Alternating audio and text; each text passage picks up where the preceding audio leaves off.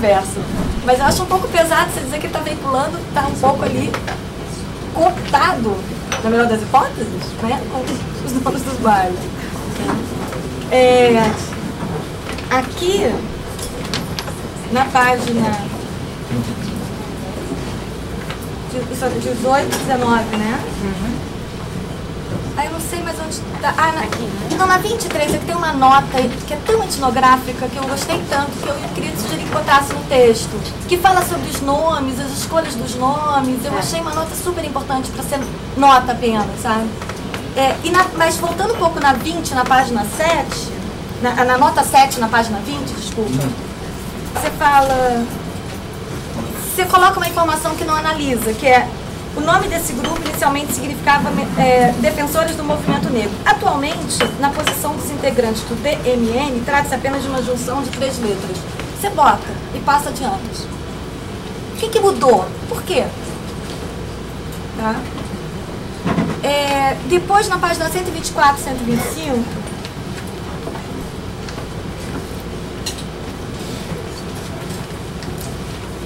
que eu também não sei se eu fiquei muito convencida com essa tua explicação. Eu queria ponderar a partir um pouco também das minhas próprias experiências de pesquisa, que eu acho que estão dialogando, né? Quando você fala, né, a sua interpretação para a rejeição aos racionais MCs junto aos bailes blacks, esse é o ponto, né? Então você conduz a sua argumentação citando a famosa pesquisa do Datafolha, tá? 124 e 125, né? Então, o ponto-chave aqui é que a questão fica em torno de um negro limitado e um negro consciente. Eu queria entender um pouco o que são esses dois personagens, né? E uma coisa que, sei lá, que eu achei interessante para pensar, que, por exemplo, na minha pesquisa, quando era interessante como não aparecia, as pessoas sentiam racismo, tinham clareza do racismo, mas o racismo não aparecia como definidor da pessoa. Era uma coisa muito surpreendente, foi muito surpreendente para mim, porque as pessoas dizem assim: olha, eu sofri racismo e tal, e o racismo vem, você fala, citando a pesquisa do Datafolha, né, citando a sua orientadora, entrevistados afirmaram não ter preconceito, 98% dos mesmos disseram conhecer outras pessoas que tinham sim preconceito. Com frequência eles citam parentes próximos, namorados, amigos íntimos. Na minha pesquisa aparecia assim: olha, o meu sogro, quer dizer, o parente era um sogro, quer dizer, essa categoria, sogra, sogro, que já são categorias meio demonizadas, né? Então, eram esses que eram os racistas, mas mesmo eles, um dos meus entrevistados disse assim: olha, coitado, ele deve ter um problema, eu acho que ele tem um trauma, porque, assim, não é possível que ele seja racista dessa maneira, entendeu? Ele tem trauma, ele tem algum problema. Então, eu não sei, assim, o que eu achei curioso é que eu vi racismo sem racista, não sei, o racista estão nessas em categorias muito demonizadas, entendeu? E depois, assim, já estou terminando, tá bem? Aqui. Então, fiquei pensando também no lugar da festa nesse contexto, né, das narrativas de denúncia e vitimização. Esse é um ponto, inevitavelmente comparei teu trabalho com o que eu conheço no Rio de Janeiro, assim, inevitavelmente é uma leitura comparativa, né? Então, um ponto que eu achei interessante para ti é de uma pesquisa de uma menina que vai pensar, por exemplo, o hip hop na Lapa como um momento de comunitas. Então, assim, o que eu fiquei pensando é essas diferenças de vivência de acordo com certos territórios, né? Ali, comunitas, né, na ideia que trabalho Vitor Turner, né? Então, assim, a gente não pode falar de um certo ethos no Rio de Janeiro mais dionisíaco, né, e mais apolíneo em São Paulo, que explicaria, por exemplo, essa diferença entre o MV Bill e os Racionais MC, né? Que você que vai marcando que o MV Bill vai aparecendo de maneira mais light ao longo do processo, né? Vai se tornando mais light na sua ação, né? Então, sei lá, se você falasse um pouco disso. Eu tenho uma cobrança a fazer, que é sobre a definição de posse. Eu acho que ela tinha que estar no resumo do teu trabalho, né? Porque você fala da posse no resumo. Depois você fala na página 15 e na 21 e diz... Na 15 e na 21 você diz mais ou menos a mesma coisa. que vai explicar adiante. E a gente fica lendo, e posse, o que é posse? O que é posse? E depois, ele vai ser definido na 61, né? Mas aí a etnografia, você vai mesmo falar dela a partir da 6 de setembro. É um mistério que a gente vai percorrendo. Então, acho que essa definição podia ser feita antes, né? E por fim, agora, tem mais esse momento, é rapidinho mesmo. Tem? Eu queria voltar um pouquinho no teu primeiro capítulo a um ponto que, não sei, eu tenho uma percepção diferenciada, mas aí talvez as pesquisas às vezes conduzem para caminhos distintos, né? Então, você diz que a Frente Negra Brasileira, o Teatro Experimental do Negro, o Aristocrata Clube, o Clube 220, atuaram, eu estou te citando agora, né? Atuaram politicamente seguindo os paradigmas da mestiçagem. Você diz isso explicitamente na página 45. Eu queria que você me explicasse isso melhor, pois da forma como eu compreendo, esses grupos se organizaram a partir de certos projetos de nação, que você colocou todos ali meio que no mesmo né, saco, assim, no mesmo tom. Né? O Teatro Experimental do Negro, por exemplo, para mim ele é muito crítico à mestiçagem. Eu fiquei pensando na peça do Abdias de Nascimento, O Sortilégio, né? Que é uma peça totalmente contra os casamentos interraciais, a mestiçagem, né? Aliás, com argumentos que aproximam muito do que o Roger Bastide pensava, né? Como eu apresentei aqui no início. Né? Então, eu queria que você distinguisse um pouco isso, porque pelo menos na minha percepção do TEM, ele é muito... ele não está operando, não sei se eu entendi, talvez não tenha entendido bem o que você disse, mas ele não está operando dentro do paradigma da mensagem tal como você mencionou. Ele estaria trabalhando, na minha percepção, em oposição a essa percepção. Se o Abdias mudou depois, é meio outra história. Né? Mas o Teatro Experimental no Negro, que ele produzia naquele momento, até onde eu conheço, era de crítica.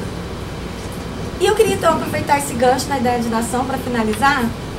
Alguns dois momentos da tese você menciona diálogo com outras pessoas que eles se referem a você. Do tipo, você não conheceu o Batista de outros tempos, você não teria deixado se passar assim, não, o Batista mudou. Então, Batista, eu fiquei muito curiosa de conhecer melhor essa mudança, né? Mas num sentido muito específico, né? Eu acho que tem um projeto de Brasil aqui também no teu trabalho. Eu queria saber qual é o teu projeto de nação nesse sentido. Qual é a tua expectativa? É isso. Muito obrigada. Queria agradecer muito a Laura, ela fez o Jonathan, por essa questão tão inteligente, tão provocativa. Ainda bem que é o Batista que tem que responder, não é isso? Eu passo imediatamente para o Batista. Vou até deixar ela disparar. Acho que não vai dar para responder tudo, mas vamos... Primeiro, obrigado. A Laura, quando eu convidei, ela falou, eu estou orgulhoso, e eu desesperado, né? Porque ele precisava, deu uns probleminhas, aí eu precisava de completar a banca e tal. Infelizmente está aí um colega, na vítima do problema, que é o Reinaldo, que está ali, infelizmente. Na verdade, a minha banca devia ser umas 10 pessoas, não pode, né? Para mim ficar bem com todo mundo, não deu. Mas eu agradeço e, de fato, olha, todo mundo pergunta, você dormiu bem, você não dormiu? A gente fica imaginando que perguntas as pessoas vão fazer, o que vão falar, tal, porque... E aí, a gente não consegue adivinhar, mas algumas coisas você falou que eu esperava. Isso me deixa negro. E do outro é o hip hop. Embora eu tenha entrado como o cientista, né, o acadêmico. E foi muito legal porque eu participei de uma mesa, infelizmente eu não pude avisá-lo, com o Rappenhood. Ele falou assim, pelo menos agora nós temos um acadêmico negrão, né? Tá bom. Então, quer dizer, e eles me aceitaram como acadêmico. E tem uma proposta bastante diferenciada de política e de cultura. Na verdade, quando você pergunta, essa discussão que está lá na ação educativa, é uma discussão do hip hop, cultura e movimento. O movimento negro não está participando dessa discussão. Onde o movimento entra, ele entra anteriormente. O movimento negro está falando assim, cultura é alienação. Pra vocês terem uma ideia, eu não coloco aqui, mas eu vou dar um exemplo. Vou falar, porque eu não vou falar o nome da pessoa para não ficar constrangida. Mais uma vez o MNU de Campinas fez um baile para os negros de Campinas para ganhar grana. Porque... Posso pedir? Eu acho assim, olha, tem dois lugares aqui, desculpa bastante, Isso, se as pessoas quiserem sentar, eu peço desculpas que chegar atrasado, tem que ficar em pé. Maior, porque tá aí É. se as pessoas quiserem chegar, a gente pode chegar... Falei que ia estourar. Talvez a gente... Obrigada, hein? Tem um monte lá. Talvez a gente pegar só um minutinho, mas as pessoas estão ficando... Será que a gente pode... Esse pessoal não respeita o horário. Né, Peter? Peter, eles não respeitam o horário. A gente tentou, mas estão reformando a outra sala.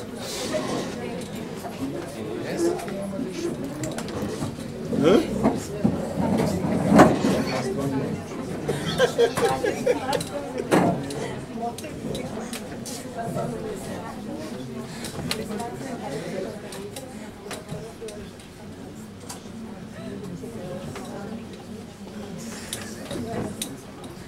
Bom, assim, será que a gente...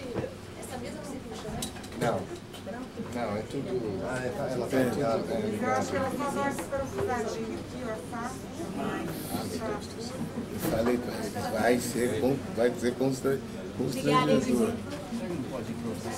Não tem. Bom, resolveu. Por aqui, né? Em parte resolveu.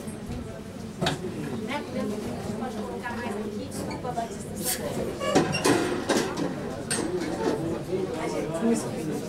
Eu sabia, não fui eu não. Mas não fui eu. Não fui eu. Vai lá.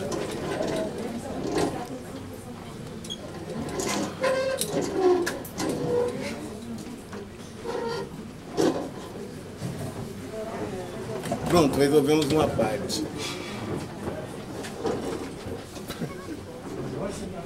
Vamos lá? Não, então, o movimento ele estava com que posição? Cultura alienante. Eu ia falar do baile. Então o MNU fez um baile em Campinas. Por quê? Porque no fundo, o movimento negro ele não tem grandes atrativos para a população na hora que você tem que levantar fundos. Então você vai para o baile, na verdade, fazer o que a Frente Negra fazia, que as outras entidades faziam. Só que chegou no meio do baile, os caras pararam no baile e botaram um vídeo dos negros sendo massacrados pela polícia na África do Sul. Não, quer dizer, os caras estavam dançando, aí você para o baile, pá, os caras tomando porrada. Pá. Aí o segundo baile que fez, ninguém foi. Pô, foi lá no baile pra ver negão apanhar. Eu vou no baile pra curtir. E isso mostra a visão de como é que você tem. Política é uma coisa, cultura é outra, e cultura é pra alienar. Então, já que o cara tá alienado, vamos aproveitar para repolitizá-lo agora, ou então, já que ele tá tão alienado, vamos dar uma mensagem política? Aqui, nessa discussão, já não é isso. O que está acontecendo entre cultura e movimento, o que está ali é o seguinte: quem defende que o movimento negro, quem defende que o hip hop é movimento, está dizendo o seguinte: esse negócio de música, dança e pintura, que é o grafite, de hip hop, é apenas uma forma que a gente tem para politizar a moçada.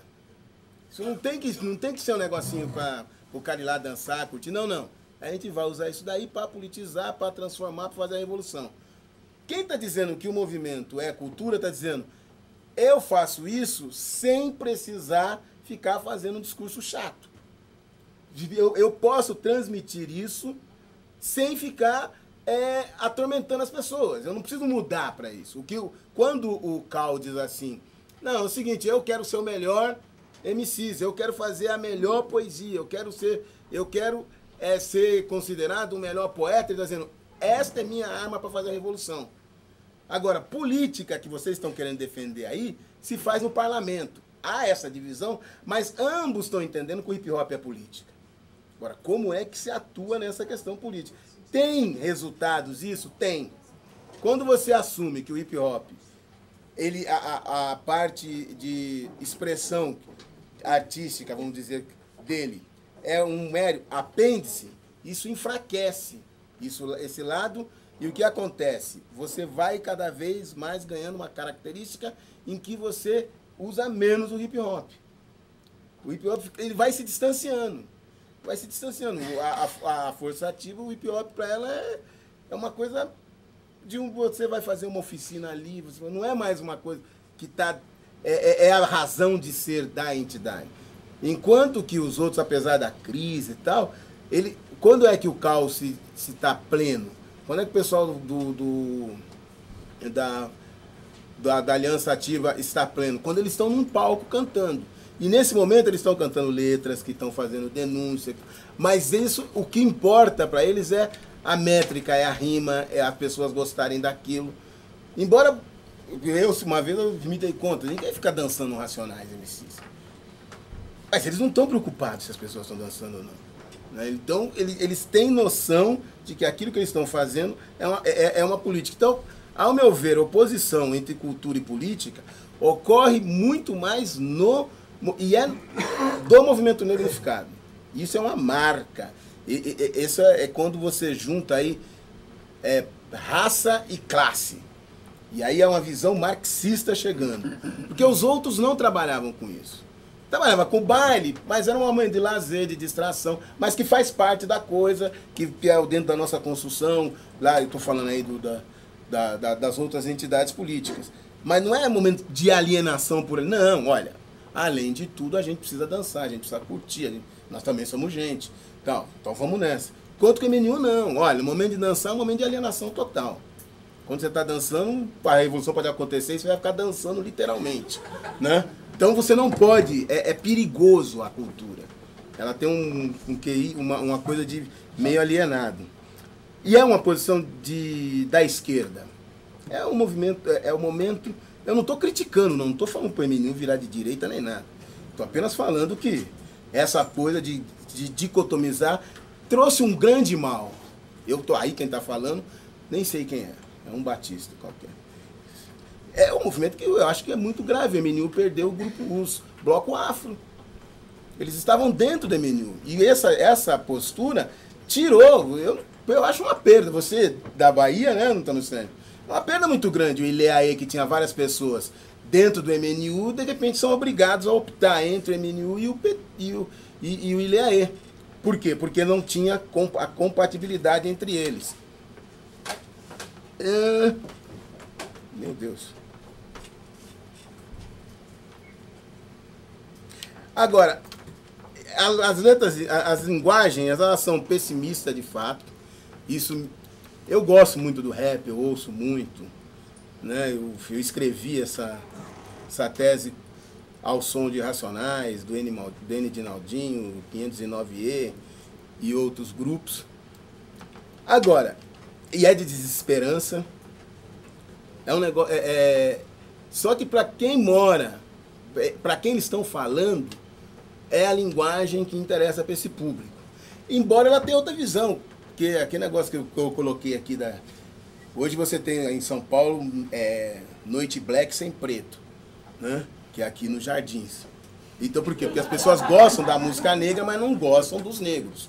Então você cobra 60 pau, não tem negro, não é discriminação nem nada, os negros são duros. Aí você curte sem problema nenhum. Não, mas é isso. Você não está fazendo discriminação. Se você tiver 60 reais, você compra. Não compra. E as pessoas falam isso explicitamente, né? Por quê? Porque também tem uma coisa de... Aí, como eu não sou filósofo, mas eu pensei muito, tem de estética aí. Tem uma estética nessas músicas. Né? Você ouvir esses caras contando, eles não estão contando uma coisa qualquer. Você liga o rádio toda hora, rádio, televisão, a Globo agora para subir a audiência do Jornal Nacional está baixando o nível, colocando crimes, assalto e tal, porque isso está no cotidiano de uma sociedade tão desigual como a nossa. Qual a importância que tem disso? Gente, olha, a política colocada pela Marta Suplicy, não sou mais do PT, né? Em São Paulo, né? Pelo PAS, pelo CEL, é um reflexo da música dos Racionais. É o Racionais chegar e colocar uma música dizendo assim, ó, aqui não tem nenhum centro esportivo, aqui não tem uma piscina, afoga aquela vaca dentro da piscina. Olha o tiozinho ali, vamos assaltar. Aquele cara tem tudo, eu não tenho nada. No meu bairro tem mais boteco do que escola. O que as pessoas vão fazer disso daqui? É uma desesperança muito grande. E esse pessoal está influenciando o PT, está conversando. E eles trouxeram uma coisa que é de fato. Olha, gente, quando inauguraram o primeiro CEL aqui em São Paulo, lá na cidade de Tiradentes, Jambeiro, os caras, antes de inaugurar, eles fizeram o auditório com um assento de cimento. A Marta falou assim, mas por que de cimento? Ah, porque senão esses caras vão destruir tudo. Ela falou assim, não, eu quero assento com estofado. Quebra tudo e bota com estofado. Ah, não quero saber, esse pessoal tem direito a isso. E de repente você vai, eu trabalho numa área de... Até tem umas professoras que estão aqui, né, lá do... Nós trabalhamos no fim do mundo, né? Nós trabalhamos no século passado. Eu não vou para a escola que eu estou trabalhando, eu sempre falo que entre uma curva a gente volta para o século passado. Pra vocês terem uma ideia, morreu um cavalo e ficou 4 dias na rua. Um cavalo morto na rua, 4 dias, é o século passado. Né? Isso. Então, de repente, você dá aula para aqueles alunos, não tem cinema, não tem teatro, não tem nada. Mas, é engraçado, né? Em cima do morro tem um céu. Né? Então você sobe aqui que você vai para o céu. E é literal, né? É literal, você sobe aqui e vai para o céu. O que tem no céu? Piscina, teatro. É engraçado para burro, né? Então, e isso trouxe isso, porque trouxe, não é só a esperança. As pessoas, através do rap, começaram a ver muito da desigualdade social que tem no Brasil. E o que foi importante disso é que não há negociação na letra. Isso é que foi importante, que não tem negociação. O problema do machismo é fundamental. Isso eu sou muito solidário com as minhas companheiras do hip hop. Embora até minha esposa aí fica dizendo que eu sou machista. Essa é a prova que eu não sou e vocês também. Faço um grande esforço de não ser. Por quê? Porque, de fato, eu concordo com tudo isso que você fala. É realmente resultado da situação de opressão. É uma briga de gênero que está aí. Né? A mulher, ela representa uma outra coisa. Eu não disse na pesquisa, eu acho que eu não disse. Tem coisas tanto... Oh, você merece isso. Tem tanta coisa que eu falei, eu não cumpri um ritual que a Lília pediu para me fazer. Reler o texto. Eu não quis reler. Né? Então, eu não sei se eu falo ou não. Eu sei que eu falo a questão da mãe. Não, mas é outra coisa que eu ia falar. Tem a da mãe. Não, da esposa. Não,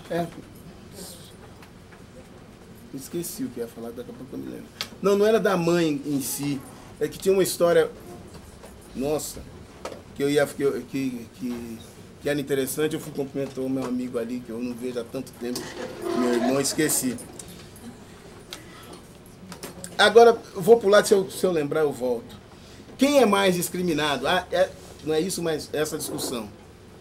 Olha, é uma discussão assim, o Mano Brown, ele é um cara assim muito firme e tal, mas só que tem uma coisa, quando você está no meio dos seus, você não é tão firme porque as pessoas te encaram. Todas as vezes é a mesma coisa, os Racionais tomam pau das mulheres pelo machismo, pedem desculpa, voltam no outro disco mais machista ainda. E aí tomam pau de novo, e aí da última vez, foi muito, eu não estava, depois uma colega, a Cris, me contou, ele vem e fala assim, não, mas eu não tô falando de vocês, tô falando das outras mulheres. Eu falei, não interessa, tá falando de mulher. É porque aquela coisa assim, Batista, eu não tô falando dos negros igual você, tô falando dos negros alienados. Ai, para com isso. Você tá falando de negro, tá me ofendendo, ponto final. As mulheres fazem a mesma coisa. E eu já vi, Mano Brown já veio falar comigo. Realmente, pô, foi mal. Aí você fala, pô, o cara fez autocrítica, não vai. Chega na outra e pá!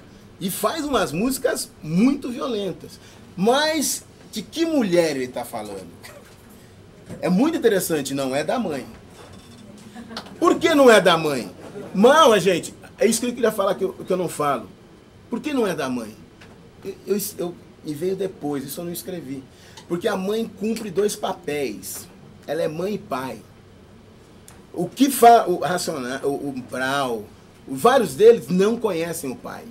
E o pai é uma pessoa que eles xingam, eles ofendem. Na maioria dos pais são brancos. Né? Então, essa mãe é homem e mulher. Ela cumpre 2 papéis. E as outras mulheres? São todas vagabundas. Olha, é interessante que são vagabundas, que eles não salvam a irmã e nem a esposa. Acabou, A única que se salva é a mãe. E isso é uma coisa muito séria. Porque essa discussão também está dentro, mudando. Esse é o fantasma que a Lília fala para mim, que me persegue várias vezes, mas que eu não coloquei aqui até por conta dela. Mas essa discussão está dentro do movimento negro também. É a discussão do gênero. E na verdade, essa discussão do gênero, ela é um reflexo da discussão da sociedade. E aí, quando você tem o poder, você não vai querer abrir mão disso. Se o homem tem esse poder dentro da sociedade tão opressora, ele vai usar esse poder até contra as suas companheiras, mulheres e irmãs. Agora, vamos para o Hermano Viana, deu tempo. Hermano Viana, eu fui muito light com ele. Fui light. Por conta da Lília, do Kibe, muita gente amenizou. Você achou que eu fui duro com ele. Não, não fui. Gosto do Hermano Viana. Ele é um bom... Para mim, ele é um bom parceiro de conversa. Eu dialogo com ele. Eu até tinha proposto o nome dele, a gente não sabia como encontrá-lo, né? Por quê? Porque eu não deslegitimo o texto dele nem nada. Eu tenho posições diferentes. Agora, a posição primeiro que você acha que não, eu não aguentei. Eu vou ler aqui, porque, gente do céu. Uma vez, minha condição de... Só uma vez, minha condição de branco foi ressaltada no baile da associação. Depois ele falou assim, a questão racial imediatamente desapareceu. Ele não entendeu nada do que aconteceu. Eu coloco para ele, como é que ele está num local onde só tem negros, de repente um cara chega e fala assim, o que esse branco está fazendo aqui? Aí alguém fala assim, não, ele é legal. Tá bom. Resolveu? Não, não resolveu.